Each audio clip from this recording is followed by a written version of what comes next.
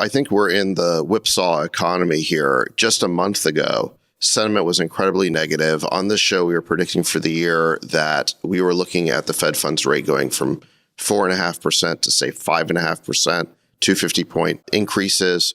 The belief was that we were going to have a recession later this year. I think that was pretty much consensus.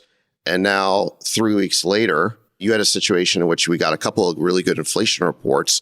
So all of a sudden, the consensus changed to, we're not going to need to raise rates, to 5.5%. Maybe we only get one or two more quarter point rates. And the market just ripped on the belief that inflation was in the rearview mirror. The problem had been licked, and now we can just kind of move forward.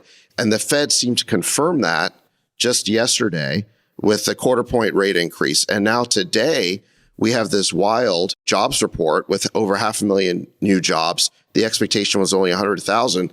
And so now all of a sudden, people are wondering, well, wait a second, does this mean that labor costs are going to, go back up, that the economy is overheating, and now the Fed's going to have to raise more? So I would say literally from week to week, we're being whipsawed between expectations of whether inflation has been conquered or not, whether the economy is going to have a recession or not.